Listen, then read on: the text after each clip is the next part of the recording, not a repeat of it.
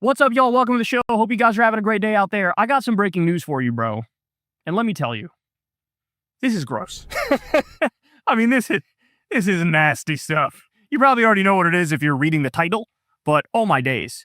So I have that. I got a lot more on top of that for you. Also, later on, Trump is demanding trillions of dollars for war as Americans are starving. He also keeps admitting to crimes on live TV, seemingly unaware that he's doing that.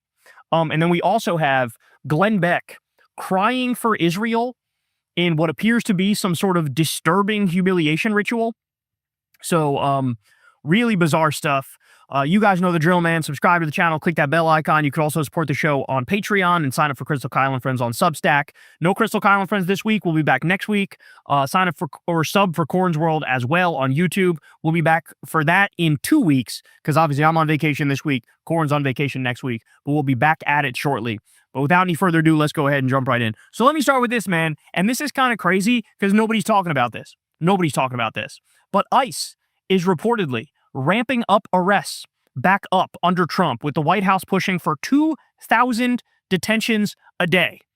So for those of you who didn't follow this, obviously there was a massive ICE surge, and they're basically a paramilitary army that's like occupying cities and ripping apart families and mass deporting people and shoving people in concentration camps. But what ended up happening is, with that surge, Trump and the Republicans, their approval rating absolutely plummeted. Okay. And so then they realized, all right, we got to back off a little bit, because if we don't, I mean, these midterms are going to be a bloodbath, even with us trying to put our thumb on the scale. But guess what? These people are stupid. These people are dumb. These people are incompetent. And these people are serious fascists. And so they ramp that bitch right back up. So this isn't just speculation. Take a look at this. ICE arrests 10,000 people across the U.S. in a 5-day span, a sharp surge in Trump's deportation push. So I don't know what happened. Is Trump not paying attention? And Stephen Miller decided, fuck it, we're going to go balls to the wall and go right back to full speed ahead? Or did Trump decide he's going to do it? But I'll tell you one thing, elected Republicans know this is like a death sentence for their chances in the midterms. And they absolutely positively are panicking over this. Now, by the way, perhaps the answer is something a little more simple, and it directly has to do with Trump's corruption. Look at this. The Donald Trump Portfolio Tracker says, if you read anything today, you must read my article on Trump's ownership in private prisons and ICE detention facilities. Trump's policies on immigration are literally lining his pockets. Major news sources globally are not covering this story. So just to give you a little piece of it here, the president's prison stocks. We track the prison stocks Trump directly owns. Here's the research. Trump's financial disclosure filed this week shows his investment accounts trading shares of the 2 private prison companies his own immigration policy has made rich. He didn't divest. He didn't use a blind trust, and the money flows in exactly one direction, toward him. So maybe what's happening here is the president has a direct financial reason to ramp up deportations, to jail more immigrants, to try to deport more people. And it appears like there's now a money trail which says exactly that. So just absolutely disturbing. Nobody's talking about ICE getting back at it at the same level. Nobody's talking about Trump making money off it. And I'm telling you, man, this is incredibly disturbing for the simple reason that we already saw what it was like with ICE going all in. And when they went all in, it was a literal paramilitary force that was occupying American cities. Mass kidnappings, abductions, human traffickings, no due process, Constitution ripped up, over 4,000 people missing, over 40 people dead in ICE custody, ICE doing slavery at their concentration camps, assaulting senior citizens, driving over journalists with cars, tear gassing babies, zip tying naked kids and putting them in U-Haul vans. I mean, this is a literal terror streak that we're witnessing. And they're fucking right back at it. They're right back at it. Man, this regime has been so horrible, you tend to even forget some of their most atrocious crimes. Like, people don't even bring up anymore the Doge criminals and how they cut pediatric cancer research and Meals on Wheels and USAID and killed all these people and destroyed the National Weather Service. Nobody even talks about that anymore.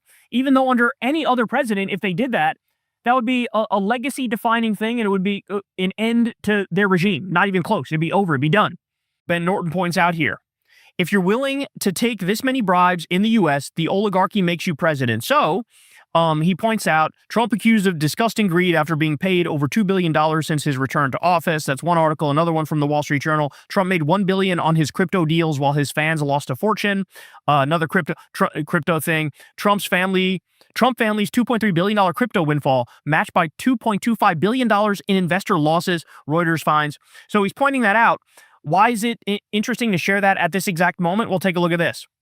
BBC says, China sentences official to death for taking $325 million in bribes. Let me explain something to you. You know what this is called in the U.S.? This is called a Tuesday in the U.S. This is called a random fucking Tuesday in the U.S. Donald Trump's looking at that going, that's Bush League, dog. That's amateur hour. That's rookie shit. That's rookie numbers. You got to get that shit up there. Because Donald Trump has more than doubled his net worth since getting back in office, taking billions of dollars in bribes, taking it from foreign billionaires and foreign governments and doing all sorts of corruption, doing pay-to-play pardons and shit, shaking down the American taxpayers, stealing Venezuela's oil and their gold. And look at this. In China, $325 million bribe, your ass gets sentenced to motherfucking death. By the same token, China sentenced to death the owner of a company who sold baby food, and the baby food was, there was some bad ingredient in there that basically poisoned the kids and killed them. And they sentenced that guy to death. But in the U.S., Trump just dropped a case against a U.S. baby food maker for the same fucking reason. They don't care about the regulations. They'll deregulate them. You can do toxic baby food, kill a baby, and then they drop the case into you. That's the fucking difference. And that's fucking embarrassing, bro. Imagine being justice mogged by fucking China. And that's what's happening. If we're being honest, that's exactly what's fucking happening. All right, we also have this. Just in, the Treasury Department has scrapped its decade-old plan to put Harriet Tubman on the $20 bill, Treasury Secretary Scott Bessent announced. Meanwhile, the same Treasury plans to put Trump's signature on future U.S. currency and is reportedly preparing a proposed $250 bill featuring his portrait. You have got to be fucking kidding me. This man is a caricature of an authoritarian dictator. I mean, he makes that fucking Sacha Baron Cohen character look like, positively moderate in relation to him. I mean, this is insane. This is the most ridiculous thing I've ever heard. So Harriet Tubman, an absolute hero, she's being taken off the $20 bill. That plan was in place for a really long time for her to go on the $20 bill. I guess we're going to keep, Andrew Jackson on that bitch? Keep the genocidal freak on the currency, but take off the hero? Okay. And then shoving his face on money? I mean, it's too perfect. He wants his face on Mount Rushmore. He's putting his face on money. He just forced his name onto a fucking airport. He forced his name onto the Trump Kennedy Center. I mean, again, you want to talk about the logic of a rapist.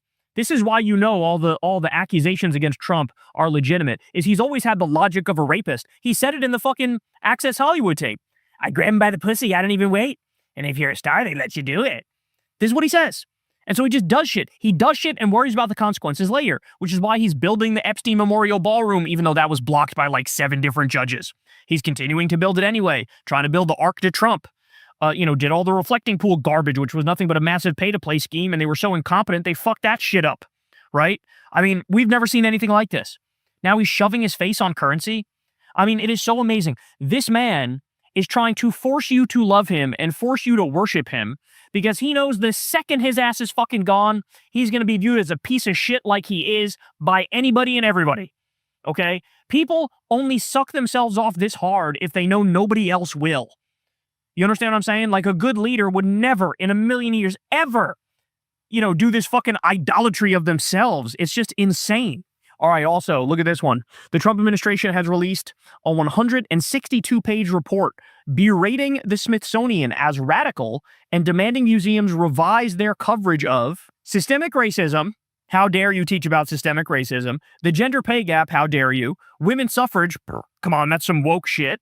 The overturning of Roe v. Wade, how dare you tell the truth about that? DACA, which is the Dreamers, LGBT rights, the founding fathers owning slaves. They want to whitewash that history and pretend they were always perfect. Christopher Columbus and colonization. Don't you dare tell the proper story about Christopher Columbus, how that guy was a genocidal fucking maniac.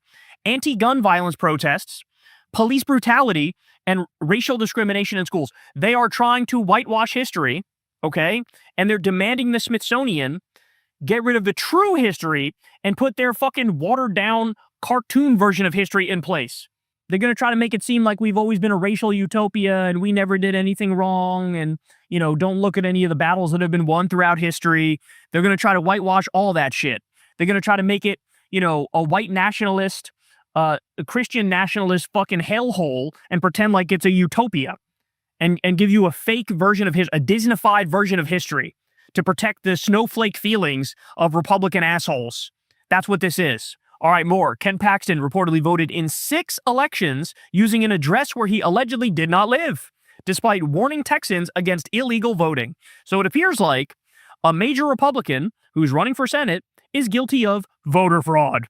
Isn't that incredible? As they yelp and whine and bitch and moan that Democrats do voter fraud. Actually, the reality is every time somebody's caught really doing it, it's them. Okay, Melanie D'Arrigo says, more than half of Americans can't afford food or gas. Meanwhile, the top 0.1% increased their wealth by $2.59 trillion during Trump's second term.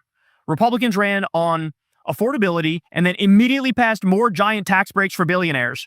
Our struggles are a policy choice. And as you can see here, she shares this, okay, a Harris poll. Gas and groceries top the list of unaffordable goods and services. Percentage who responded they are having trouble affording gas. 52%. The majority of Americans are having trouble affording gas. The majority of Americans are having trouble affording groceries. Nearly 50% of Americans can't afford loan payments, utilities, debt payments, housing, or car insurance. 42% are struggling to afford health care, and 41% are struggling to afford health insurance. This is out of this fucking world, bro. As they're cutting taxes for the Epstein class over and over again and doling out subsidies to fucking parasite bums like Elon Musk. He gets $38 billion to make a couple rockets explode. Meanwhile, you can't get a break. You can't afford groceries, right? You can't pay the fucking energy bill. You lost your health care. This is what's going on in this country. Gilded age, income, and wealth inequality, and it's getting worse and worse by the day. And meanwhile, all this is going on, and what's Trump doing? Let me start 78 new wars and self-deal and give myself billions of dollars by being a corrupt asshole. That's what's going on. That's what's going on. Fucking, I'm telling you, bro, at some point, somebody's going to run on this with the slogan, make guillotines great again, and they're going to win with 400 electoral college votes. That's what's going to happen in this country. All right, how about this? CNBC says, Trump opposes E. Jean Carroll getting $5 million in damages for the verdict, cites last-ditch Supreme Court bid. Attorneys for President Donald Trump urged a New York federal judge not to disperse the $5 million to E. Jean Carroll to satisfy a 2024 civil verdict, holding him liable for sexually abusing and defaming the writer. So my understanding was the Supreme Court already was like, go fuck yourself on this case, which means he's going to be forced to pay E. Jean Carroll $5 million. But I guess he's trying some other legal avenue to force the court to hear it, which there is no other way to force the court to hear it. So I don't know what the fuck he thinks he's trying, but the bottom line is here, he was found liable in a court for sexual assault. I think technically under state law, it is considered rape, but they try to make the distinction, well, technically he finger banged her against her consent and didn't insert his penis. Therefore, let's be technical about this and call it sexual assault and not rape. This is what the Republicans are clinging to for dear life. You know it's not good when your dodge is, all I did was finger bang her against her will. Yeah, I don't know, man. That seems bad. That seems criminal, right? Well, guess what? Found liable for it, and it looks like he's gonna have to pay the $5 million DZACs. He's gonna have to pay that money, okay? So again, let's take another 17 news cycles to talk about Graham Plattner and only Graham Plattner. Let's have all the Democrats in the country shut the fuck up about the rapist, con man, pedophile who's in the White House. Let's talk about Graham Plattner for another fucking 78 hours and totally give the right a pass for shit like this. You tell me, how many people are talking about this story versus talking about Graham Plattner? I'll wait. Then you have all these Republicans going on CNN and all these news stations sanctimoniously finger-wagging at Democrats going, look at you guys. You guys have a lack of morality. You guys have no principles. You guys let so much bad stuff slide. How dare you? How could you? How about all of you suck my nuts from the back and shut the fuck up? How about that? How about you're all hypocrites, you're all assholes, you're all pieces of shit, and you all support somebody who is objectively, provably, significantly worse than Graham Platter, even if everything said against him is true. Okay? How about that? Jesus Christ. But you're not going to hear this. You're not going to hear anybody talk about this. That the president is desperately trying to not pay his grape victim $5 million. Okay? But that's what's happening. All right, how about this one, bro? Oh, my days. The GOP L's account says, Republican councilman Riley Carter famously wore a Make Pedophiles Afraid Again hat. He has now been sentenced to 46 years in prison for graping a little girl. What the fuck? He wore a Make Pedophiles Afraid Again hat. Well, you know what? That actually happened because he's the pedophile and now he's in prison and he's going to be there for a long fucking time. These people are sick. These people are sick. By the way, pedocon theory is a theory like gravity is a theory at this point. I mean, how many examples does there have to be before people realize, like, I don't know, it seems like there's an issue here on the right. How many times did they call trans people groomers and did this moral panic over this stuff? And then they end up being the ones guilty every single time. All right, more. Republican Party Chairman Matthew Riley, I believe of Rhode Island, was found passed out in his car with a crack pipe in his hand. Police recovered crack cocaine. He has now resigned. Looking good there, fella. Look at this. Looking good there, fella. Definitely not looking like a crackhead who's falling apart at the seams. This, ladies and gentlemen, is the Republican Party. This is the Republican Party right here. All right, how about this one? Prepare yourself. An Indiana Republican attempted to grape his own daughter on her birthday. He was just sentenced to 6 years in prison. The depravity, the evil is just so off the charts. I didn't even know this was a thing, like that this ever happened in human history. You read something like this and you go, really? There's somebody that gross out there that would try such a thing? There's somebody that's such a degenerate criminal that they would try such a thing? And the answer is yes. That's exactly what this is. Tried to grape his own daughter. Weird, man. Weird. It's always these Republicans. We get like, and by the way, this isn't like a special day or anything. This is like every other day we get stories exactly like this all across this country. All across this country. And if you follow the GOPL's account, you'll see them as soon as they hit, bro. And by the way, everything that this account posts is sourced. Everything. So look at this. Source right underneath, The Guardian. Republican who won county seat pleads guilty to sexual assault of daughter. What are we doing? What the fuck is this? And these are the people who are lecturing Democrats about morality. Oh my days, I cannot explain the extent to which you need to shut the fuck up and never talk about anything ever again if you're on the right. I cannot explain. All right. Now, meanwhile, how about this? Connecticut Governor Lamont signs universal free school breakfast into law. Isn't that great? So this is what you get in blue state after blue state. You get free school breakfast and free school lunch for kids. Okay, that's what you get. This is the sort of stuff that they're focused on. Meanwhile, Republicans have on their agenda banning blue states from doing free school lunch and free school breakfast for kids. I'm not kidding. Or doing things like the Death Star law in Texas, where they try to ban cities from doing a higher minimum wage or having heat breaks, mandatory heat breaks for 100-degree heat. This is what Republicans are doing. They are actively making life worse, whereas Democrats at the state level are actively making life better, bro. That's what's happening.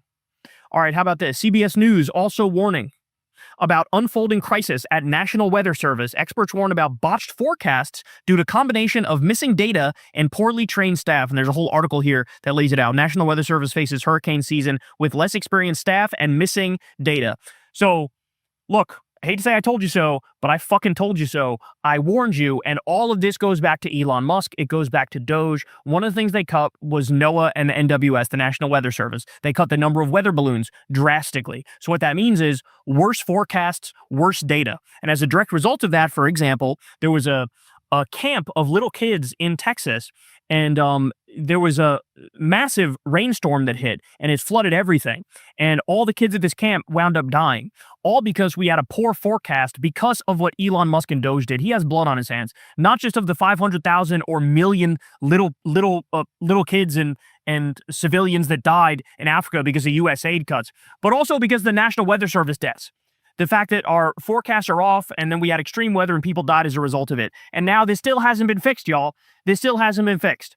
These motherfuckers cut pediatric cancer research, Meals on Wheels, USAID, the Consumer Financial Protection Bureau, which protects you from getting scammed. They destroyed fucking the Department of Education, for example, the FDA, food safety, the daily food safety checks. They got rid of all this shit. And now everything's coming apart at the seams. People are going, oh shit, this is a problem. The things seem like they're fucked up. Oh yeah, you don't say. Just like when they got rid of the $10 million program to drop flies in South America, which kills the screwworm and protects our whole beef industry. They took one look at it, didn't look any deeper, canceled the program, and now we have a screwworm outbreak, which is going to destroy our entire fucking cattle industry. Okay? Going to destroy our meat industry in this country. Well played. And now they're going to have to spend $1 billion to fix the problem when it only cost $10 million to prevent the problem in the fucking first place, bro. This is crazy. This is crazy, but this is what these people do. They make every single thing worse. Okay. More Perfect Union says, the CEO of the biggest electricity company in the U.S. is warning that blackouts could hit next year as AI and data centers drive up electricity demands and strain the grid. Exelon CEO Calvin Butler told the Financial Times that Americans could absolutely lose power as soon as 2027. He says that last winter, his company nearly limited service for 400,000 customers during extreme cold. Hell no, bro. Y'all don't understand what you're playing with, man. You guys are playing with fire. There's going to be revolts. There's going to be revolutions. I already see people, hacking down these flock cameras, these mass surveillance fucking spying apparatuses put up by, what's-his-face, Mark Andreessen, and all these ghouls, these billionaire ghouls who are trying to get blackmail information on everybody. People are already taking down those flock cameras. Next thing, you're going to have, oh my God, just massive property crime against all these data centers. Why? Because nobody fucking wants them. Nobody wants them. They suck up all the fucking water. They destroy the power grid. There's noise pollution. There's actual pollution. People fucking hate these things. And all for what? All so we can create the AI that's going to take everybody's job and leave us destitute? Like, who would agree to that? Like, what's the trade-off here? You have a bunch of AI tech demons who go, all right, here's what's going to happen. We're going to create a product that's going to eat all the energy and take your jobs. In return, you get dick. You get fuck all. You get Dickie McGee sacks. Who would agree to that? Why would anybody agree to that? Nobody's going to agree to that. Fuck that shit, bro. What are we, crazy? Are we insane? Apparently we are. So nah, this can't stand, bro. This can't stand. And as we see the extreme weather destroying this planet because climate change is out of control, and this is the reaction to speed it up and make it worse as we actively destroy renewable and green technology, which we should be going all in on right now. Nah, son. Nah, can't happen. Can't fucking happen. And then finally, look at this. Republican Senator Cynthia Lummis has objected to Senator John Ossoff's unanimous consent request to ban members of Congress from trading individual stocks. They can't hide their corruption. So a Republican had to chirp up and say, I object, when they tried to ban politicians from trading individual stocks. You can't make it up, man. You can't make it up, man. These people are evil. They're just evil. I don't know what else to tell you. Hey, y'all, do me a favor and like and subscribe. It helps out big time in the algorithm. Click the bell as well for notifications when videos drop, and watch that video on screen right now. You know you want to. All right, y'all, so I got to lay out for you here how Trump is effectively asking for trillions of dollars. Nearly $2 trillion is what he's asking for to continue his illegal wars of aggression, at the same time that he's making sure Americans starve. I wish I was kidding. I wish I was exaggerating. I wish it was hyperbole. It is none of those things. It's none of them, okay? Ready for this? So Jake Sherman says the following. Trump wants $350 billion for the Pentagon in Reconciliation 3.0, not $67 billion plus the Save America Act. So let me pause real quick to point out. Originally, Trump and the Republicans said, the Pentagon's running out of money. It's running out of money. We need $67 billion to fund the Iran war. That's what we need. We need $67 billion. Okay. Well, now when push comes to shove and it's actually time to vote, they go, no, oh, did we say $67 billion? We meant $350 billion. Wait, excuse me? What's that? I didn't hear you. Could you repeat that? I said $350 billion. Wait, no, speak louder. I can't understand. What are you saying?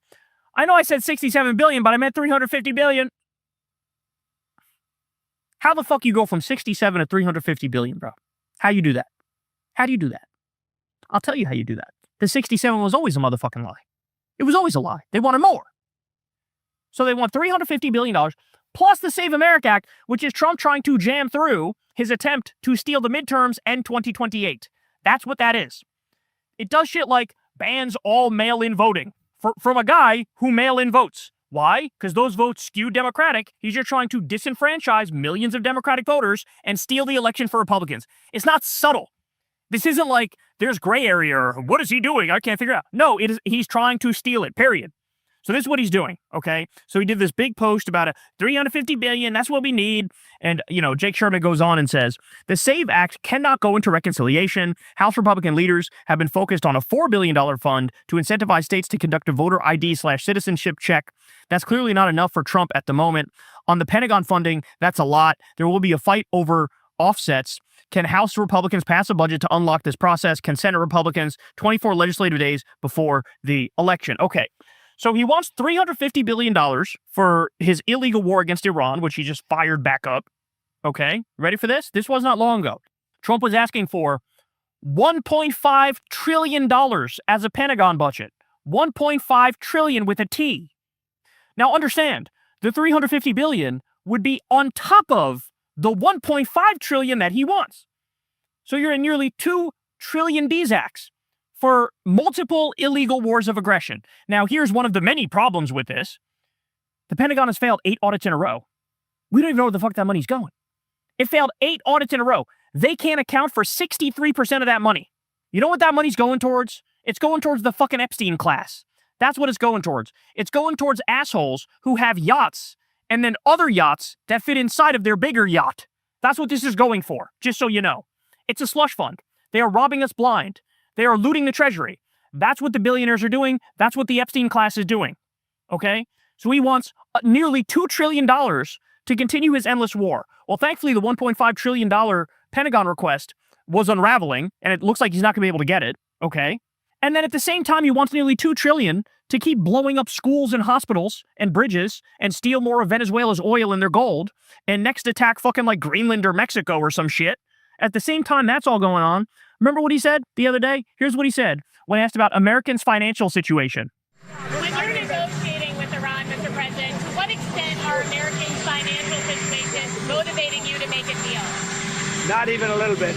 The only thing that matters when I'm talking about Iran, they can't have a nuclear weapon. I don't think about Americans' financial situation. I don't think about anybody. I think about one thing. We cannot let Iran have a nuclear weapon. I don't think about Americans' financial situation at all. He doesn't think about Americans' financial situation at all. If that's not clear enough, how about this one? Remember this one? He thought this was a closed-door meeting with Republicans. It turns out it wasn't so closed-door. But listen to what he says out loud here. We can't take care of daycare. We're a big country. We have 50 states. We have all these other people. We're fighting wars. We can't take care of daycare. Daycare? We can't afford daycare. We can't afford childcare. I think he goes on and he says, we can't afford Medicaid or Medicare. He says one of those things. We can't afford all these things. We got wars to fight. Motherfucker, who started the wars? And what are the wars for? You started an illegal war of aggression against Iran, a country that didn't attack us because you're Netanyahu's bitch. Okay? You randomly kidnapped the leader of a sovereign country in Venezuela, stole their oil and stole their gold. You've been threatening Greenland. You've been threatening Mexico. You've been bombing Ecuador and bombing Nigeria, bombing fucking Yemen. The list of countries you've attacked, it's so bad I can't even keep up. I can't even remember every country you attacked because you've attacked so many motherfucking countries. So as for nearly $2 trillion for endless wars, berate you because we can't afford daycare. We could afford daycare if you'd stop fucking bombing people and starting wars. And saying, I don't care about Americans' financial situation at all. So as all that's going on, ready? Here's what's actually happening. Because of the big bullshit bill, SNAP participation is down by more than 4 million people, or 10% in USDA data. It's down more than 4.7 million, or 11% over the past year. SNAP participation has dropped in every single state. Why? Because they cut the money, including by 5% or more in 42 states and by 10% or more in 21 states. You know how much they cut, y'all? You know how much they cut? They cut $187 billion from the program. $187 billion. They go on here and they say, in the 13 states with publicly available data, the number of children receiving SNAP, so that's children receiving food stamps to get the bare minimum amount of food, has fallen by 808,000 since July 2025. 808,000. So quite literally, cut food stamp money, let people starve, let children starve, and give me nearly $2 trillion to keep bombing schools and hospitals as I berate you into shutting the fuck up and accepting that this is how we function. Hell no, man. Hell fucking no. Hell no. Not a shot. No shot. No shot. No deal, sir. I can't stand these people, man. I can't. They have some fucking nerve. This motherfucker really thinks, oh, I can get away with all this. No, bitch, this is why your approval rating is 30%. This is why your approval rating is 30%. This is why Democrats are up double digits in the 2028 midterm generic ballot polls. This is why. I can't stand this guy, man. He's got to go. 25th Amendment, impeachment, something. Palace coup for all I fucking care. But this guy is deranged. He is actually sick. He is actually mentally not right. He has the psychological profile of a fucking serial killer. That's what this man is. That's what this man does. And when people see what's actually going on in this country, it should wake them the fuck up. The Republican Party is a terrorist organization. Full stop. That's what they are. And if you haven't acknowledged that yet, you're just wrong. Hey y'all, do me a favor and like and subscribe. It helps out big time in the algorithm. Click the bell as well for notifications when videos drop, and watch that video on screen right now. You know you want to. Now, when I say stuff like the Republican Party is a terrorist organization, you have to understand, I'm not just being reckless with my words. I'm not talking loose here, okay? I say it because I feel like not only is it defensible, it is the only correct position when you look at the evidence, okay? So Trump, just in his second term, Trump has been on a murder spree, bombing fishing boats off the coast of Venezuela, which ended up killing people not only who were Venezuelan, but also killing people from Trinidad and Tobago, killing people from Colombia. We have family members of the fishermen who got murked on record, telling their life stories, showing the evidence, proving they had nothing to do with fucking narco trafficking or whatever the fuck, okay? This is what he's doing, on top of the regime change in Venezuela and stealing their oil, stealing their gold, on top of bombing Yemen and Somalia and Nigeria and Ecuador and the regime change war against Iran and threatening Panama and Canada and Cuba and Mexico. Every single one of these things, everybody's heard, everybody's seen, there's documented evidence of it. It sounds like I'm making it up. I'm not making any of it up. All of these things are real. Trump literally said he wants to reinvade Afghanistan to take back Bagram Air Base. I mean, how fucking deranged are you? You campaigned in your first term on getting out of Afghanistan, then you didn't, then Biden actually fucking had the balls to do it, then you turned on Biden and berated him for it, and then you said we should go back in there and take the airbase. What is wrong with you? Never mind his fake peace deal with Israel and Gaza, that was made up. Israel violated it hundreds of times. Never mind Trump saying he stopped 8 wars as he started at least like 8 wars. Okay, this man is deranged. The Republican Party is a terrorist organization. That's what they are. And guess what? There's a reason why they keep issuing the same threats. People like to brush this shit off. But guess what? Trump also was threatening Iran before he invaded Iran. Trump was also threatening Venezuela before he attacked Venezuela. Cuba's up next, right? Greenland is on the table. So now Trump can't help himself. Remember, because of his cognitive decline, he's gone from a low-filter guy to a no-filter guy. So when he's doing this NATO meeting in Turkey, listen to what he says here. Well, that's what hurt my relationship with NATO, because Greenland doesn't help Denmark. Denmark doesn't spend money to really help Greenland. Right off the bat, that's wrong. Denmark subsidizes Greenland to the tune of $1 billion a year. But it's an important part for the United States, and it's surrounded by China ships and Russian ships. Again, totally wrong. 0 Chinese ships, 0 Russian ships encircling Greenland. Nonsense. He's not done. And that's not going to happen. The ships it's not going to happen. It was Greenland that and it continues to be, that should be controlled by the United States, not by Denmark. Oh and my when God. they wouldn't go along with it, and with all the money we spend to help them with Russia, and we don't have to spend any money, we could remove all of our soldiers out of Europe. Because as you probably noticed, Europe's a very different place than it was 20 years ago. He's threatening Greenland again. He's threatening Greenland again. He's threatening to steal Greenland again and lying in the process. Denmark doesn't do anything for Greenland. They subsidize them to the tune of $1 billion a year. They've been with them for hundreds of fucking years. That's been the agreement. That's been the arrangement. There's Chinese ships and Russian ships surrounding Greenland. Totally made up. He's doing the classic mob boss thing of like, I need to protect you for your own good. But really, like, they're the danger, right? Like, oh, I'm going to sell you protection. Oh, yeah, what if I don't pay? Then your windows might get broken in your store, right? Like, Trump is doing that with Greenland. Guys, this sparked an international crisis to the extent that NATO and the EU had to plan together to blow up the fucking airport runways in Greenland in the expectation that Trump would actually fucking invade Greenland and steal it. Do you realize how insane this is? Blowing up every single relationship that we have with the world? Every ally, all of our closest allies now looking at us like we're a fucking rogue psychotic nation that can't be trusted because we are a rogue psychotic nation that can't be trusted. Do you understand what this does in the long term? Kiss the dollar goodbye as the world reserve currency, which means we'll have a debt crisis in here that'll lead to a Great Depression, which means all of our money is worthless. Our country's going to fucking fall apart at the seams. There's going to be rampant poverty everywhere. We're going to go from the world reserve currency to not the world reserve currency, and our debt is all of a sudden going to matter, and it's all because Trump destroyed every relationship we had with endless wars of aggression, but also trade war against all of our allies, and continuing to threaten Greenland even after it became an international crisis and, you know, nearly led to fucking catastrophe. And now here we are, he's doing it again. He cannot shut the fuck up. He's doing it again. So that begs the question, why? What the fuck's going on here? Why? Why are you so obsessed with stealing Greenland? Why are you so obsessed with it? And the fact of the matter is, Trump is part of the Epstein class, and the Epstein class has always had an evil, diabolical plan on what to do with Greenland. And there's been a lot of reporting about this. There's been many articles. Look at this one from Reuters from April in 2025. Greenland, Freedom City? Rich donors push Trump for a tech hub up north. Rich donors push Trump for a tech hub up north. In other words, fucking Peter Thiel and other Epstein-class billionaires, the tech demons, are whispering in his ear, oh, I need Greenland. Oh, we need Greenland. Oh, it's really important. Oh, it'd be great for your legacy. Oh, it'd be amazing. Oh, that's actually really ours if you think about it.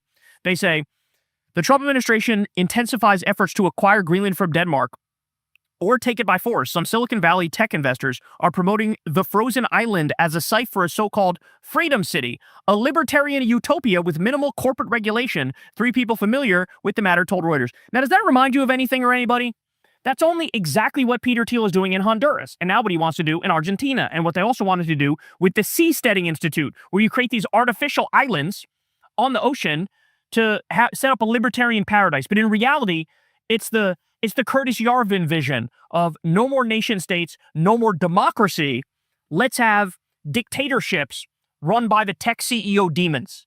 That's what this is. Run everything as a for-profit corporation, not as a democracy where everybody has equal rights. They say the discussions are in early stages, but the idea has been taken seriously by Trump's pick for Denmark ambassador Ken Howry, who is expected to be confirmed by Congress in the coming months and lead Greenland acquisition negotiations, the people said. Howry, whose involvement with the idea hasn't been previously reported, once co-founded a venture capital firm with tech billionaire Peter Thiel. A leading advocate for such low-regulation cities, Howry is also a longtime friend of Elon Musk, a top Trump advisor.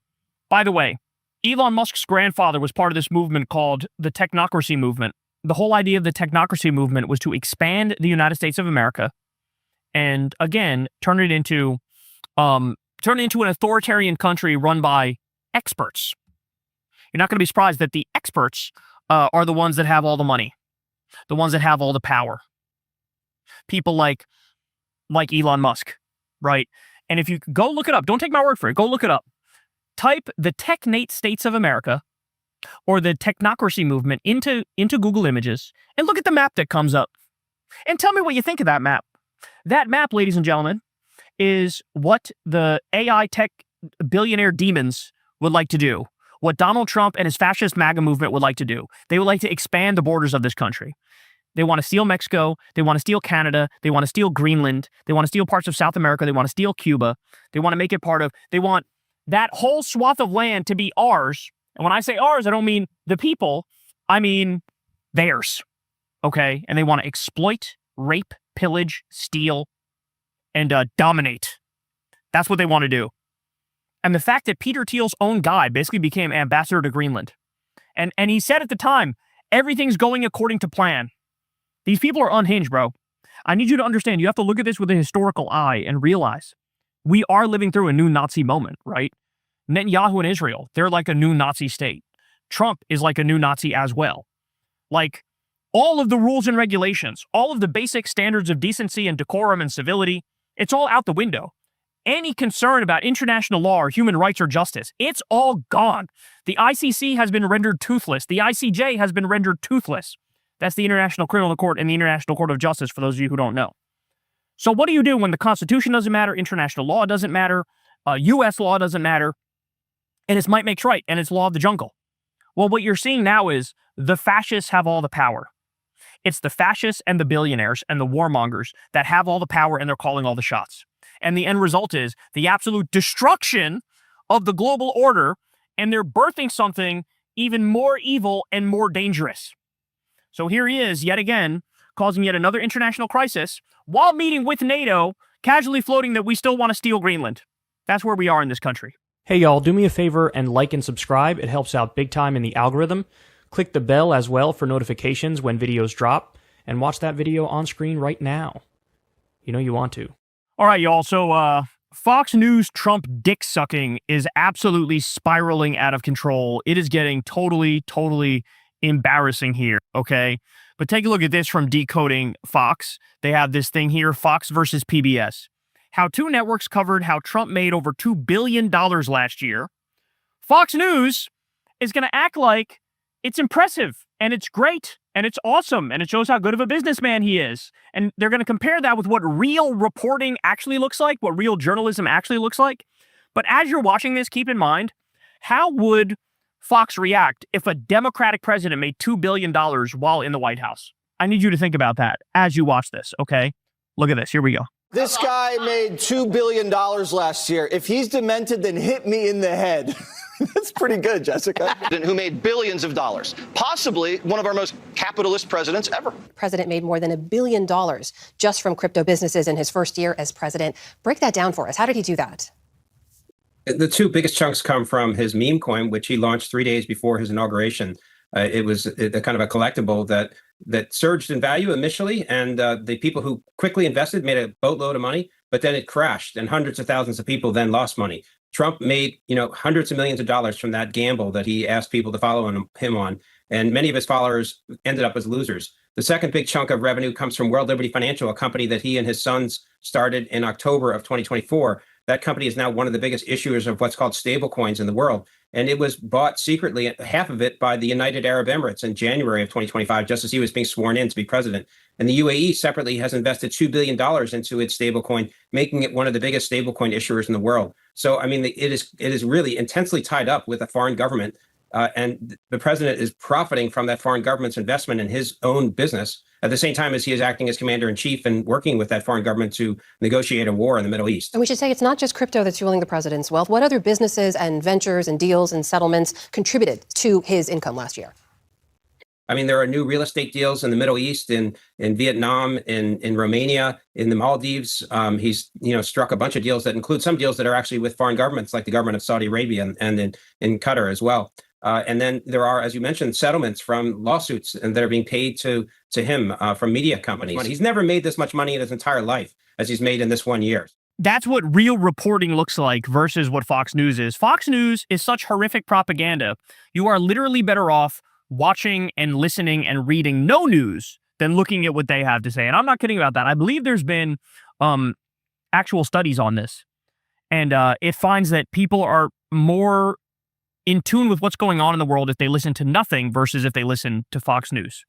I mean, it's just crazy. They poisoned an entire generation. An entire generation's minds have morphed into tapioca pudding because of relentless Fox News propaganda bombarding them day in and day out. That's what's happened. And so you have, boomers, mostly boomers, but also some older Gen X types, just nonstop fucking drunk on this garbage.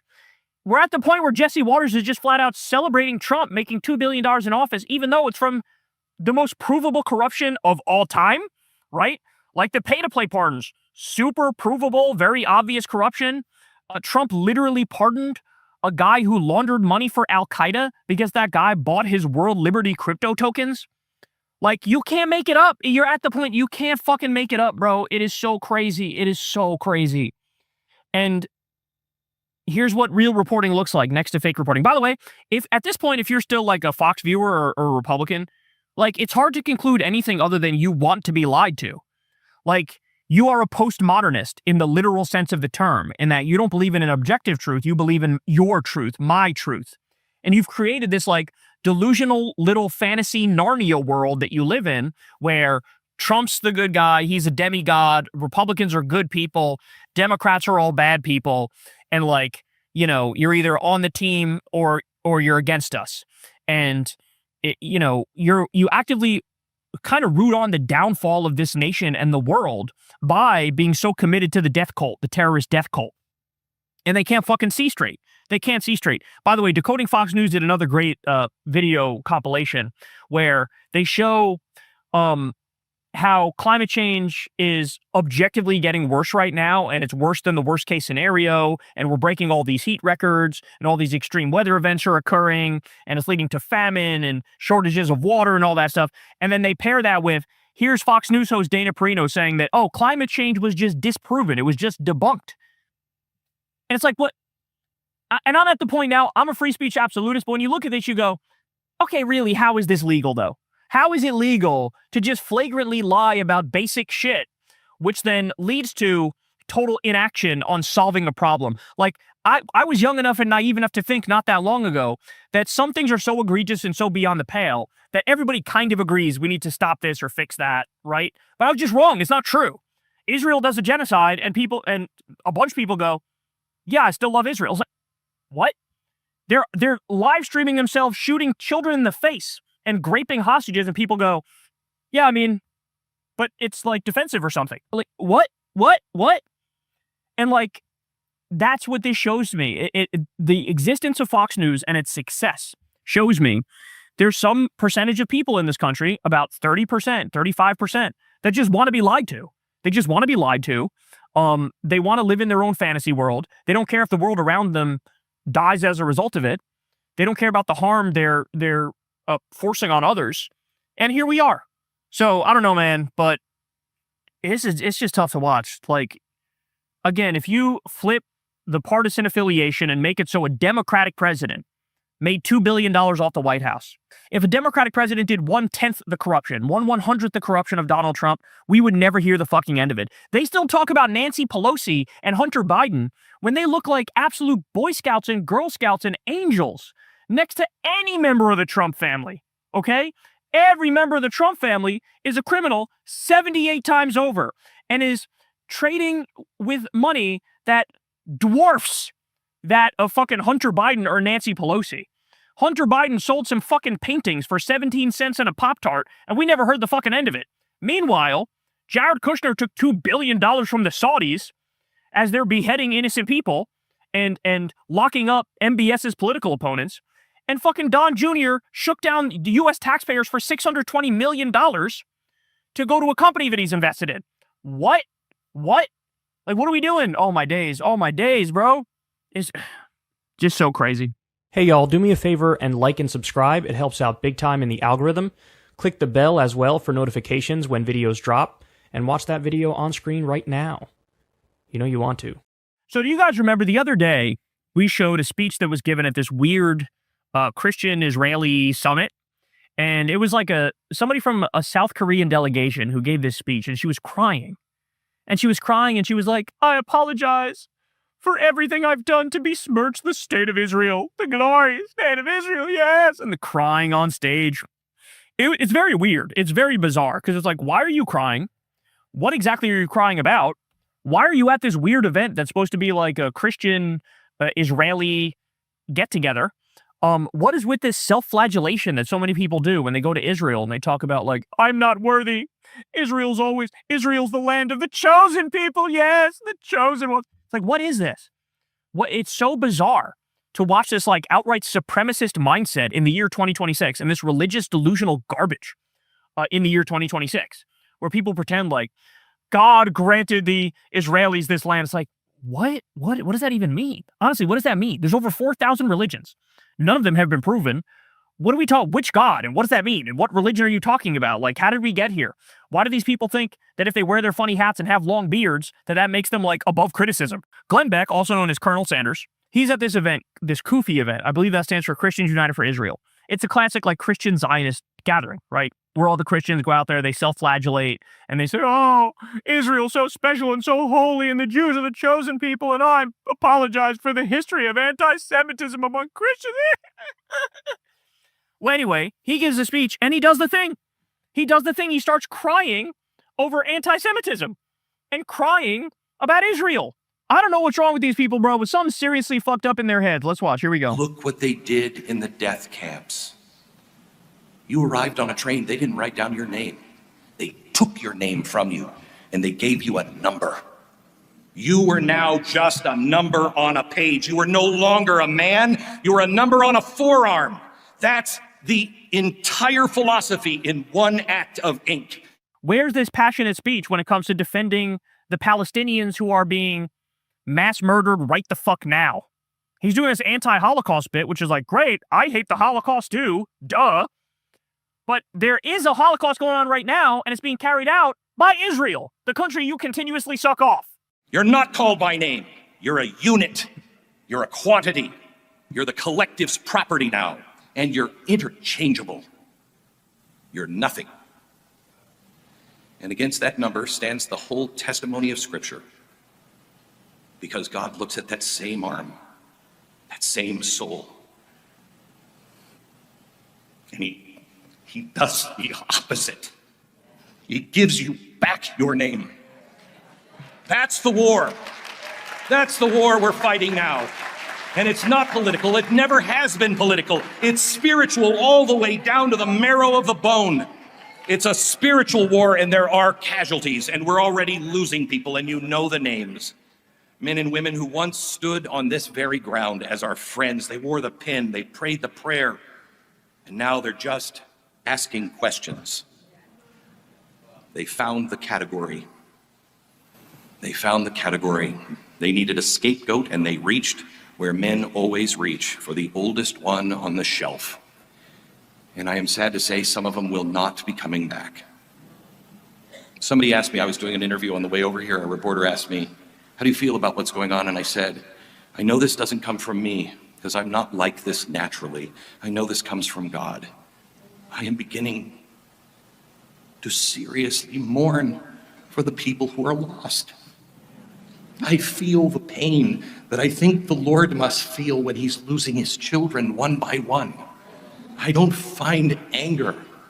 I'm finding deep sorrow and empathy for them. What is wrong with this guy? What is wrong with this guy? Why are you crying? The grief-shaped truth of this hour is that when the world is looking for a simple enemy, it is offering you a drug. And some of the people that we love will take that drug and will be lost and never be able to shake it. This shit is so fucking dishonest, bro. It is so dishonest. Here's the fact of the matter. Hatred of Jews is fucking stupid. Just like hatred of black people is fucking stupid, hatred of any minority group, sexual, religious, ethnic, otherwise, it's all stupid. It's all dumb.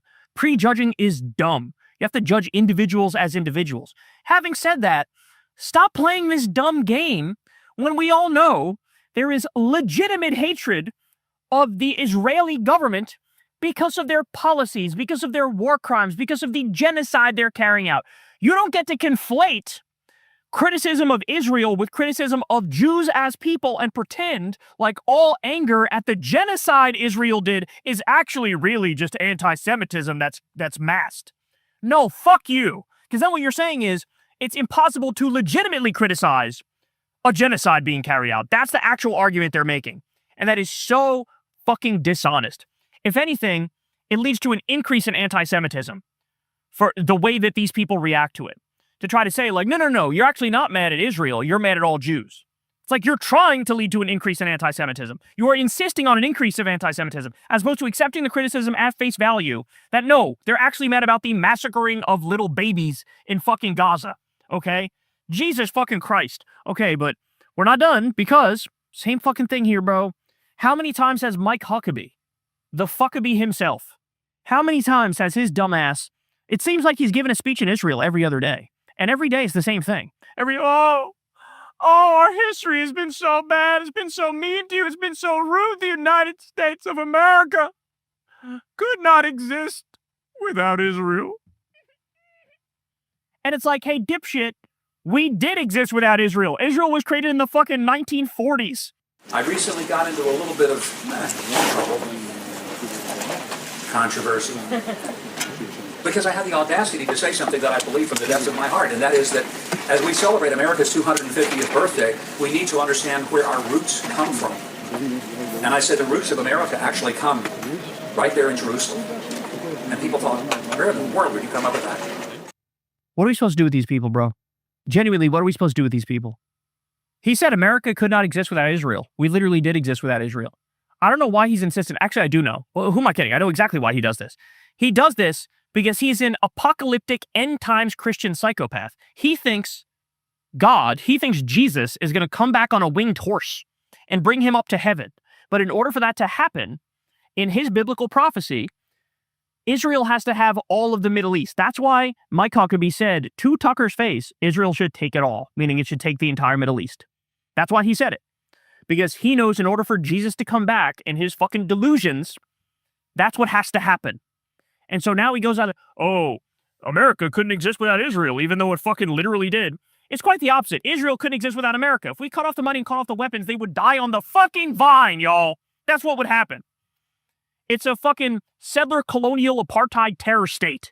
And it'd be gone like that if we actually followed through and cut off the money and cut off the weapons.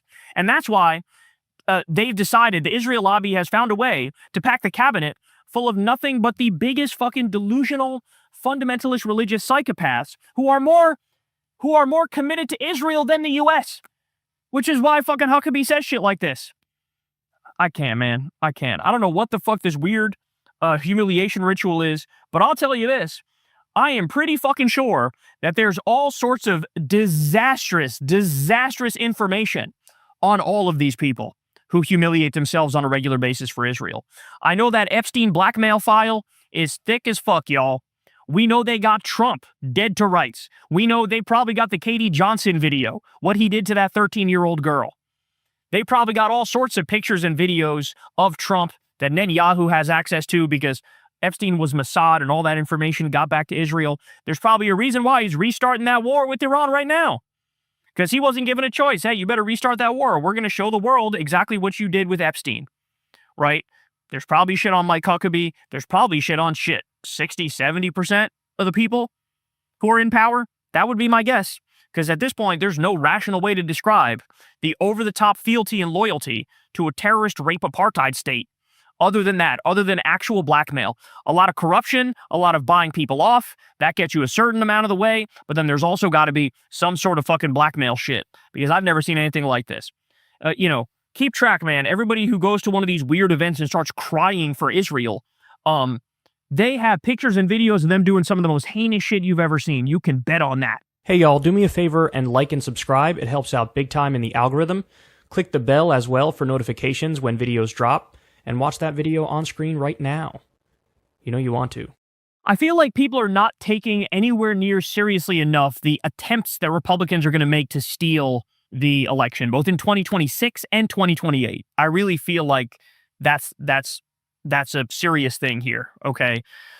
So you already know this, but just to refresh your memory, one of the things they've been doing is the Trump regime has been trying to force states to turn over their voter roll data. And then what they do is this thing called ballot purging, where you kick off all the names you want to kick off. Now, the oldest trick in the book is if there's one person named, let's say, Jose Mendoza, right, who dies and gets kicked off the books, they just kick every Jose Mendoza off the books. So then you have, instead of one person kicked off, it's like 8 people kicked off. And of those 8 people, demographically speaking, they're more likely to lean Democratic than Republican. Republicans know that. This is how they get their way, right? Limit the vote as much as possible. That's what voter ID is about as well. Limit the vote as much as possible. That's what trying to ban mail-in voting is about as well. Limit the vote as much as possible. Mail-in votes overwhelmingly skew pro-Democratic.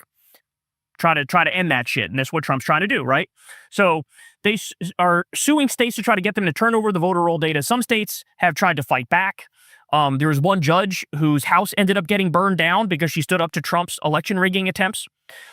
They seized the ballots in Georgia and Arizona, as you guys remember. That was a dry run for what they're planning on doing next. You, of course, had Trump executive orders. He tried to turn voting machines over to Doge back when Doge was a thing. Banning mail-in voting, try to do that through executive order, try to do that through the Save America Act, stealing voter roll data and doing ballot purging and ballot spoiling. Ballot spoiling is when the day of somebody can contest it and then tries to throw out a ballot. He's floated sending the National Guard or ICE to seize the ballots on election day. They're currently right now trying to make Maduro say he stole the election in 2020 for Biden over Trump to give himself some sort of justification to get more directly involved in this election. They're trying to say China interfered in it. They're trying to say Iran interfered in it. The list is long. But now we're actually finally seeing some fucking action that should really scare the shit out of all of us. So MS Now has a report here, and listen to what the Trump regime is planning on doing and carrying out. Listen to this. The Justice Department is planning to send election monitors to 3 cities in the battleground state of Michigan ahead of its August primary votes. The cities of Detroit, East Lansing, and Lansing, all 3 Democratic strongholds, received letters from the federal agency in recent weeks. Lansing and East Lansing are located in a swing district, which Republican Congressman Tom Barrett currently represents and now is seeking a second term. One of the letters from the DOJ claimed there were several problems with the 2024 elections in Lansing. They say officials did not use a statewide voter registration list, and there were long lines and lengthy waiting periods. But officials in Lansing say none of that's true. This marks an escalation in the Trump administration's attempts to scrutinize voting in Michigan, which President Trump long has said is a rigged state, without offering any evidence to support that claim. An appeals court has denied the DOJ a copy of Michigan's registered voting list. In response to the DOJ, Democratic Attorney General Dana Nessel wrote, quote, "The courts have been clear time and time again. States run elections, not the federal government." She went on to explain federal monitors are allowed to observe as per law, but that her office stands ready to hold accountable those who attempt to unlawfully interfere with or intimidate Michigan election workers. The president has the Department of Justice happy to do his bidding. He says the elections have been stolen from him over the last several years. They have not been. He wants close eyes on places where Democrats might win. Well, and this is another escalation when Secretary of State Jocelyn Benson, she did not, and she's running for the Democratic nomination for governor, she wouldn't release those voter rolls. And so this may go as high as the Supreme Court. And the idea, the strategy behind this is to create legal obstacles on the way and to scatter the brains of voters so that they don't know what is accurate and what's happening and cast doubt over what's going down in these places. And so we'll see what lands in court during election season and how that plays in public and voter opinion. I mean, this is egregious. This is egregious. If any other president did this, it would be the #1 story of the day, and you would never hear the end of it. And it would be viewed as an anti-democratic authoritarian power move. And that's exactly what Trump is doing here. Like I told you, there's like 7 different avenues of attempting to put their thumb on the scale and rig 2026 and 2028. And they're doing all of them right now. And I just feel like the opposition is always 3 steps behind because they assume good faith of their opponent, and the Republicans have no good faith. MAGA has no good faith. They're an authoritarian terrorist death cult movement. And so if you're not preparing, like shout out to Democracy Docket and Mark Elias, who, you know, he's sort of leading the way here, fighting back legally against this sort of stuff. But I don't know. I don't know if we're prepared for what's really coming, bro. I really don't know. I don't know if Democratic governors are prepared, but you need to have a plan. If you are, a Democratic official at the state level in any country, any state in this country, you need to have a plan. You need to be ready. You need to have, like, honestly, the police departments, the state police, informed about the law and what's going on here, and that they may need to protect the integrity of the vote. I mean, it might come down to state police being told, hey, bro, you got to keep out these ICE paramilitary forces from literally stealing the ballots. I mean, that's where we're at. Like, that could actually happen. He could actually order ICE or the National Guard to commit crimes, and then they would do it because they're just going to follow their orders. So you need cops there at the state level to get ready to protect the integrity of the vote. The second that the chain of custody of the votes breaks, then that's it. The election's tainted, bro. And you never know what the fuck they could do because they're liable. I mean, Trump is literally on audio saying, find me 11,000 votes. I forget the exact number. It was roughly 11,000 in Georgia in the 2020 election. Find me 11,000 votes. And it's like, the second he said that should have been it for him. That should have been it. It should have been, January 6th should have been it. The fake elector slate should have been it. There's a million things that should have been it. But you need impeachment. You need to get his ass out of power. He needs to be banned from ever holding office ever again, because this guy is showing to you, I don't believe in democracy. I don't believe in the Constitution. I'm not going to follow the laws. He's a 34-time convicted felon, charged with 91 crimes. He's actually committed way more crimes than that. The worst self-dealing of all time, the biggest war criminal of all time. And like, we're all just sitting here watching it unfold. Nah, bro, this is not acceptable. This is not acceptable. He's got to go. He's got to go. He's already showed you. The best predictor of future action is past action. And his past action has been not accepting any of the losses. None of them. None of them. And he's going to put us through the same shit again. As a fucking demented 80-year-old who's sundowning, he's going to put us through all this shit again. And the country seems so weak that it can't just tell him to shut the fuck up. And they're gonna appease and appease and appease. Can't have it. Can't fucking have it, bro. Jesus Christ, man. I don't know how this ends, but it's not going to be pretty because the wheels are already in motion for them to rig it, for them to steal it. And it's time everybody wake up. It's time everybody acknowledge that. And it's time everybody prepare, bro. It's time to prepare. They are 17 steps ahead of us right now. And we're just sitting here hoping for a wave so big that it's too big to rig. And ultimately, maybe that is the case, but we don't know. We need some safeguards in place. We need some good defenses in place because what's happening here is completely and utterly out of control. That's the show, man. Love y'all very much. As always, thank you, as always, for listening to me on these vacation shows, I guess you can call them. I'm going to be back in the studio on Monday. Like I said, there's no Crystal Kylan friends this week. No Kylan Corin. Next week, we'll be back the week after. We'll be back next week for Crystal Kylan friends. And yeah, that's all I got for you, man. Subscribe to the channel. Click that bell icon. Support the show on Patreon. Link below. You can also sign up for Crystal Kylan friends on Substack. And go sub to Corin's World. All right, I love y'all, and I'll talk to you soon. Peace. Hey y'all, do me a favor and like and subscribe. It helps out big time in the algorithm. Click the bell as well for notifications when videos drop. And watch that video on screen right now. You know you want to. All right, y'all. So Mitt Romney has reemerged and broken his silence. And he's taking some so subtle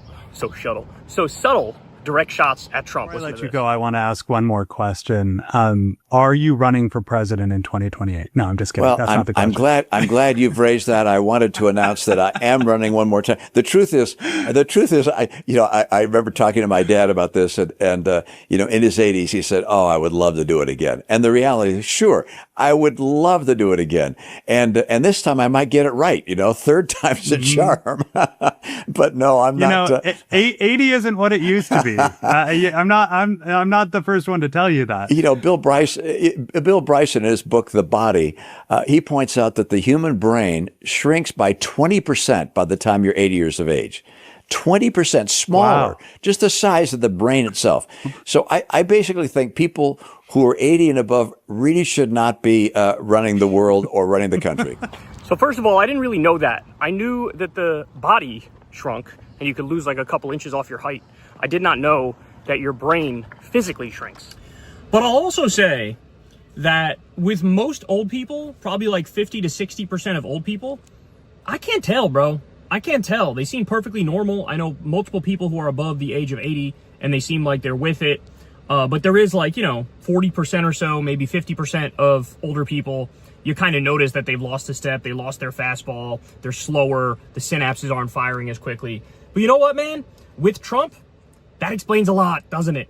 Because not only does he have the 20% shrinkage of his brain, but I believe he also is dealing with Alzheimer's or dementia and many health issues on top of that, both physical health issues and cognitive health issues. And that's why it's basically like we're living in a horror movie. I mean, his first term was bad, but his first term was not this bad. Nothing has been this bad. I mean, every day we have to look at this guy and see that his hand is rotting away, his neck is rotting away. We have to speculate about him having mini strokes because there's multiple signs of mini strokes. We have to speculate about his giant cankles, which looks like congestive heart failure. And then on top of all of that, the sign of his brain not functioning is just, the signs are off the charts, man. There's too many to count, right? Like, think about the number of times he's done phonemic paraphasia, which is like subtly fuck up words but keep going anyway. Think about how many times he's done what's called confabulation or honest lying. These are all signs of Alzheimer's, and this is, again, what his dad had. His dad died with Alzheimer's. And so add the 20% reduction in brain size with that on top of it, and what we're looking at is basically somebody who should be in hospice care who's now running the country. And when even somebody like Mitt Romney sees that, man, is that telling. Now, by the way, I'm not giving Mitt Romney a pass because I don't know if you guys remember when he had the opportunity to get in the Trump regime, he tried desperately. And there's this famous picture of Trump at dinner with Mitt Romney, and Mitt Romney's looking like a dog who got caught like eating cookies or something, and Trump is sitting there with like this evil smirk on his face. And that became like what Mitt Romney was most known for, is selling out his principles to try to join the first Trump regime. But obviously, since that time, he's been able to view what's been going on with Trump. And to be fair, as far as Republicans go, he's relatively objective. And what he realizes is they're absolutely destroying the Constitution. They're breaking every law. They're getting rid of checks and balances. This is fascism. And on top of all of that, he has no business being in office anyway, because simply put, his brain doesn't work anymore. So as you all know, Donald Trump recently got an airport named after him in Florida. This, of course, is Ron DeSantis coddling his nuts and taking him to Slurp City. That's what's happening. So he gets this airport named after him, and they decided, MS Now decided, let me go ahead and ask a bunch of the people what they think of this. Ask a bunch of voters what they think of this, and here's their reaction. I think it's patently absurd that we're spending taxpayer money to rename an airport after a criminal that's sitting in the White House. I think it's disgusting, ridiculous, pompous, and a lot of other bad things. I do not like it at all. I resent that the name is on every institution that we have, this included. I resent that we have to have every institution in this country being named after Donald Trump. So they hate it. Needless to say, they hate it. And here's the thing, man. This is all Trump actually cares about, is shit like this, is the vanity projects. Okay, this is all he actually cares about. And when you look at the list of vanity projects, it's clear it's taking up all of his time. So you have the Donald J. Trump International Airport. You also have the Donald J. Trump Highway in Florida. You have the Donald J. Trump United States Institute of Peace, which is probably the most ironic agency in human history, given the fact that he started like 8 new wars. You also have the Trump Kennedy Center, which a judge ordered Trump's name to be taken off of that. And so what he did is he crashed out and decided to cover the name completely with a tarp, because God forbid his name can't be on the building, then Kennedy's name can't even be on the building anymore, according to him. He also is doing Trump accounts. He's doing Trump class battleships, Trump RX, which is the prescription drug thing, which is, by the way, a complete scam. We did a longer breakdown on that. If you want to see it, it's on the channel. He's doing Trump gold cards, again, a scam. The Donald J. Trump Bridge in Tennessee. He, of course, is trying to force his name onto U.S. currency. He's trying to, he did, I believe, put his name on passports, or his face on passports. He's trying to do Trump National Parks passes and Trump gold coins from the Commission of Fine Arts, and F-47 fighter jets that are somehow going to be named after him. This is the shit he actually cares about. This is the shit he's actually focused on, y'all. This is what he's actually focused on. And I don't even know, did we even list the Epstein Memorial Ballroom here, which is what he initially wanted to name that after himself? Did you guys know that? And all of this is happening as inflation's out of control, unemployment's out of control, AI is taking people's jobs, they can't afford gas, they can't afford groceries, people are struggling. Basically, about 85% of this country is already in a recession, and they're looking around at our leaders and going, well, what the fuck are you going to do for me, right? Like, what can you do to help me out? And Trump routinely is saying, I literally don't care about you. I mean, he actually said, I don't think about Americans' financial situation at all. He actually said, we can't afford daycare, we can't afford Medicaid and stuff like that. We're fighting a war. Then he has the nerve to demand $1.5 trillion in a military budget, of which, by the way, the Pentagon can't account for 63% of the money they already get. So it's basically just a total giveaway to the Epstein class, the billionaires, who are robbing us blind. And this is how people are feeling. They're onto it, man.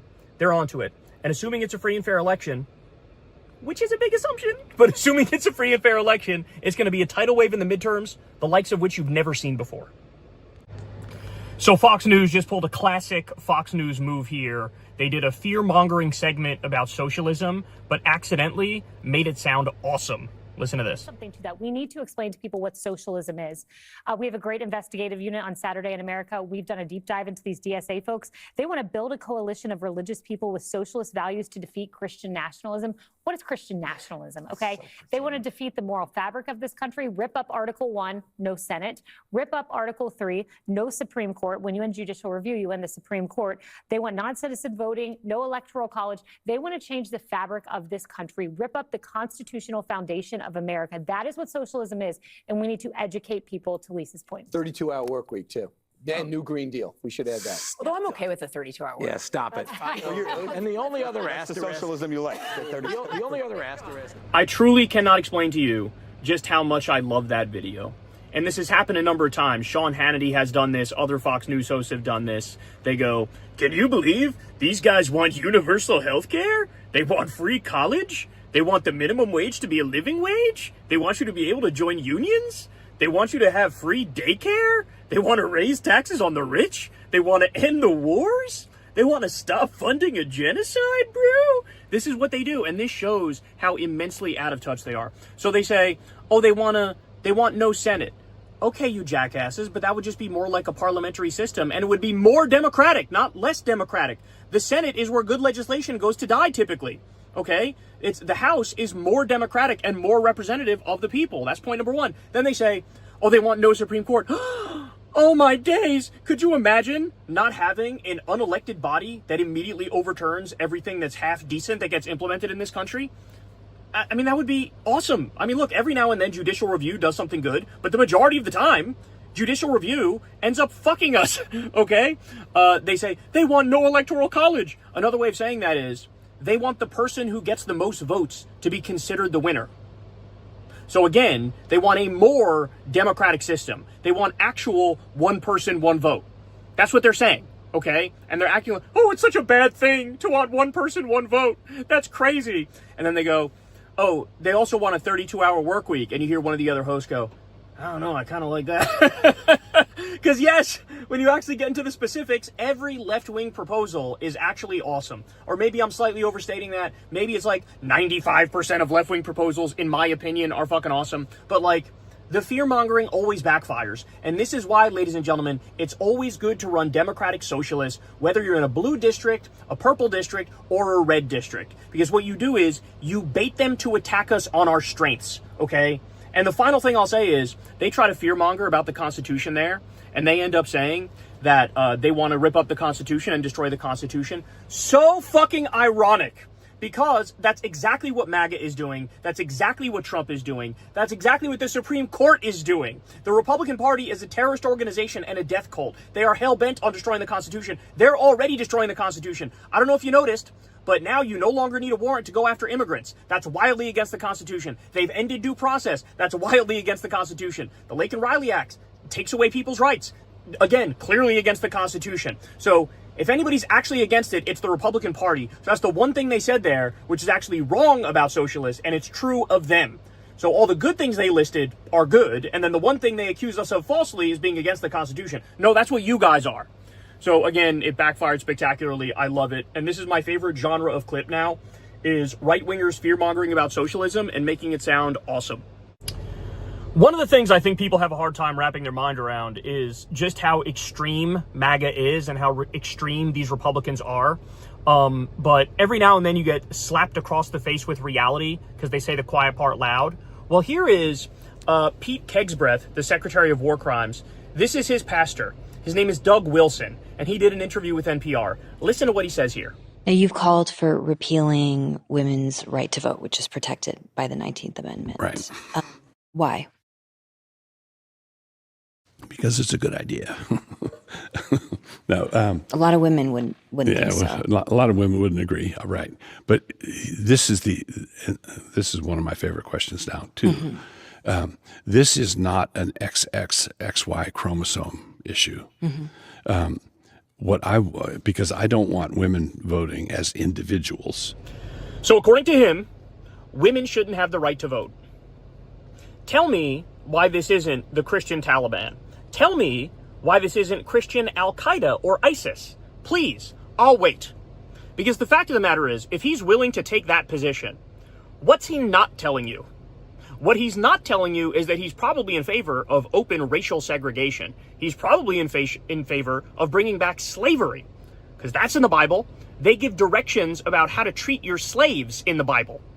So what are these people not in favor of? I think the answer is the closest thing to their ideology is to look at the Taliban over in Afghanistan.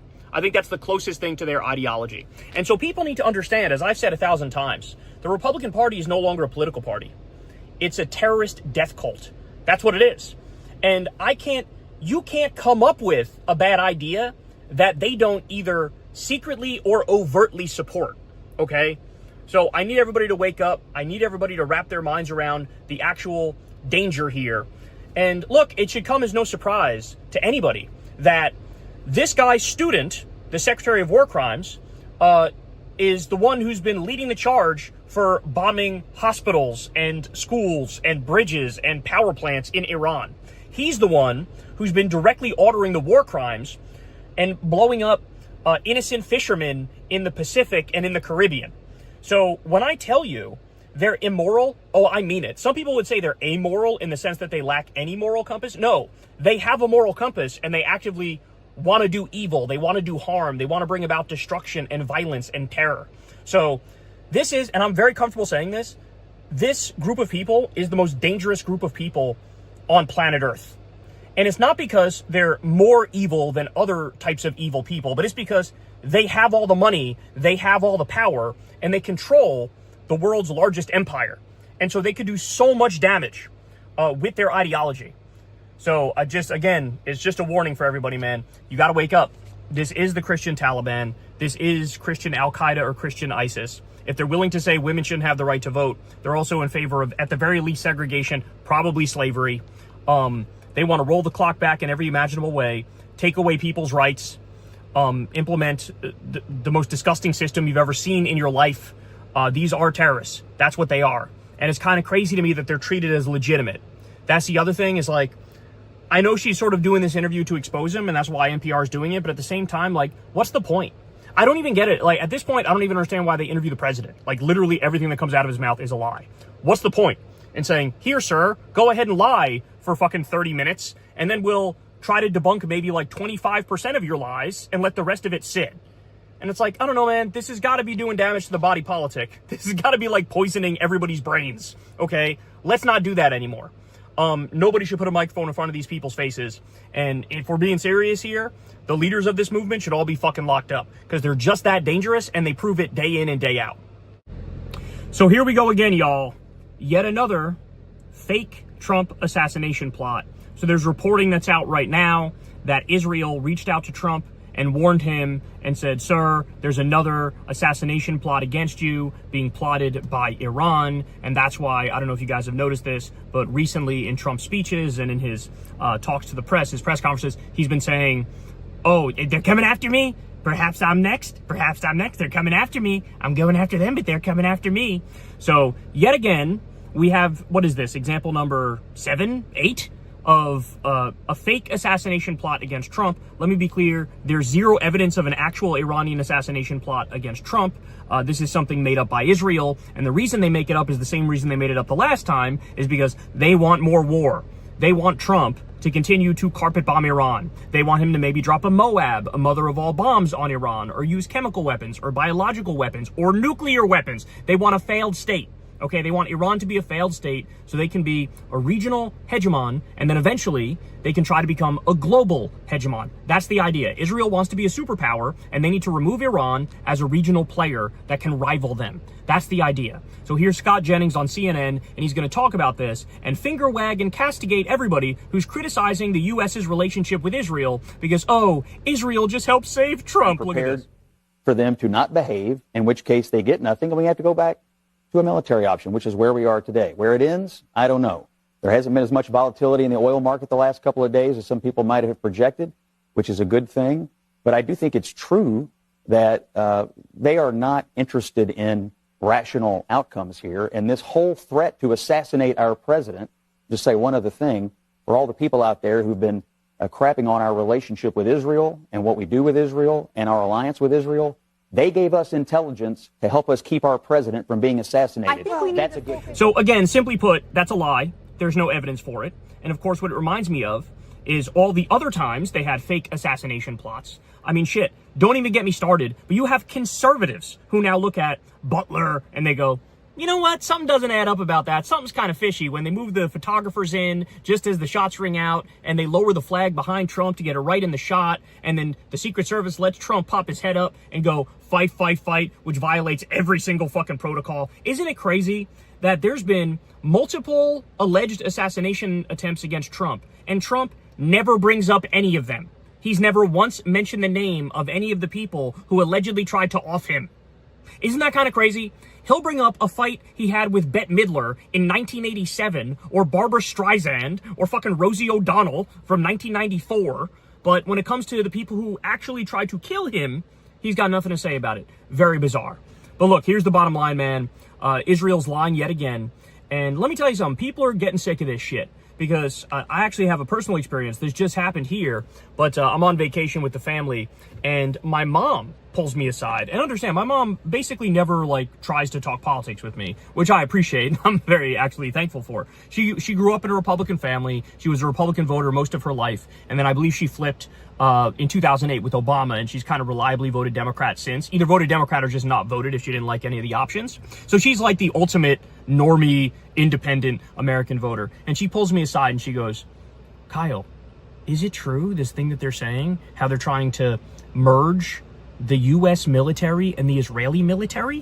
And I was like, yeah, that is true. She was like, I saw something on Facebook that talked about that. I was like, it's a rare time where something posted on Facebook is actually true. They're trying to slip that into the National Defense Authorization Act because Israel knows that the American public has turned on them. So they're trying to get their tentacles deep into the U.S. military so it's impossible to break up with them in the future. That's the idea. And when people like my mom are looking at Israel now and going, what the fuck, man? Get these motherfuckers away from us. They're psycho. Then you know they've jumped the shark and you know they've shit the bed. So yet again, another fake Trump assassination attempt. And what they're trying to do here, it's not subtle. They're trying to egg Trump on to attack Iran more. They're trying to egg Trump on to continue the war because that's all they care about. They want Iran to be a failed state, and that means endless war. And we need to fight their war for them, according to them. So they're going to feed these lies as much as possible to keep it going. What did I say to you guys the other day? I said the horrors that you wake up to in the Trump regime are unparalleled. You wake up and you scroll social media and you're like, wait, what? What the fuck happened? What are we talking about? We got another example of that. So I just wake up and I scroll. The very first thing I see is an Aaron Rupar post. He shows Trump over on Lie Social, and Trump says this, ready? 1,000 missiles are locked and loaded and aimed at the Islamic Republic of Iran, with thousands of more to immediately follow. Should the Iranian government act on its threat, pronounced in many corners of the globe, to assassinate or attempt to assassinate the sitting president of the United States of America, in this case, me, orders have been given, and the U.S. military is ready, willing, and able, for a 1-year period of time subject to extension, to completely decimate and destroy all areas of Iran. Then he says, praise be to Allah, President Donald J. Trump. So a couple things on this. Number one, praise be to Allah is 100% because him and his cronies placed bets that he was going to say Allah within the next week or month or whatever. And so they just made a smooth however many millions of dollars that they made. Obvious insider trading, most obvious insider trading I've ever seen in my life, okay? Point number two is, and got to give credit to Crystal for this one, because when I read this to her, her initial reaction was, oh, okay, so that means all Israel would have to do is assassinate Trump and then they get their way. Right? That's what that means. All Israel would have to do is assassinate Trump and then they get their way. Because, as you all know, they want permanent war. They want endless war. They want Iran to be a failed state. And so they don't even have the same goal as Trump. Trump theoretically wants to do regime change and put in a puppet and then steal all their oil and their natural resources. That's what he wants to do. He wants to do to Iran what he did to Venezuela. What the Israelis want is let's make it a failed state and we control the whole Middle East. That's the idea. And that means, people fighting in the streets. That means open slave markets like Libya.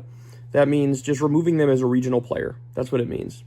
And so, yet again, wake up to something like this. And Aaron Rupar, I want to read you what he said too. He says, this is total insanity. Words fail to explain how anyone, let alone a plurality of voters, thought giving an obviously demented person control of the most powerful government in the world was a good idea. We will be lucky to come out of the other side alive. I mean, what else is there to say, right? It's just crazy to me that there hasn't been more movement to actually oust this guy.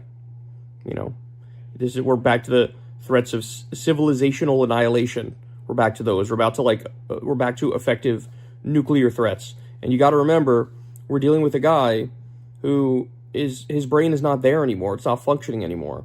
You had Mitt Romney the other day was saying your brain shrinks 20% when you get above 80 years old. And on top of that, you have the family history of Alzheimer's. You have the evidence of Alzheimer's. You have the physical symptoms, the hand rotting away, the neck rotting away, the signs of congestive heart failure, the signs of mini strokes. Like, we're letting somebody who's not going to survive another 2 years decide the future fate of humanity. And as I told you, with malignant narcissists, they don't care if they want to take you with them. Like, they don't want the world to exist without them. Do you understand that? Oh, my days. Anyway, good morning, everybody. Have a great day.